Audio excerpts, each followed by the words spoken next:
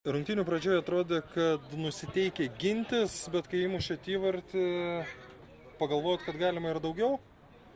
Žaidėm iš principo, kaip leido varžovai, gal labiau taktiką aišku pasirinkam gynybinę.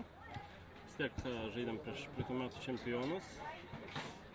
Kovojom iš tikrųjų neblogai, sakykime, lygios rungtynės, manau, rezultatas toks atsispindi rungtynių eigą. Iš principo tai patenkinti. Pirmam kėliny buvo, dar kartą pakartosiu, daugiau tokio bandymo tik apsiginti, antram kėliny žymiai daugiau bėgimo. Iš kur tų jėgų tiek?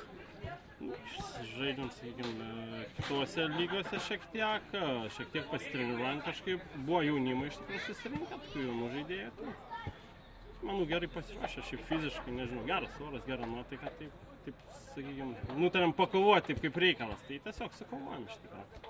Čia nebus vienadienis toks įsišokimas?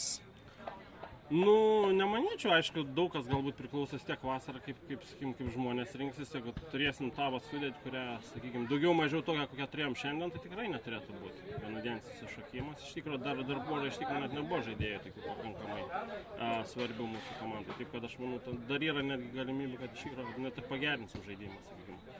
Kamuolio kontrolė galbūt tas vidurys atrodo antram kėliny toks pasidarė tuštokas kaip ir tarpas, sakykime, jie už tai pradėtų daugiau progų kurti. Toj vietoj turėtumėm iš tikrųjų pasitempti, iš tikrųjų, manau, kad turėtų dar net geriau galbūt būti. Galim sakyti, kad jūsų vartininkas buvo geriausias rungtynių žaidėjas? Jo, jis buvo iš tikrųjų labai svarbus. Jo. Aš manyčiau, kad iš tikrųjų tai buvo geriausias mūsų žaidėjas.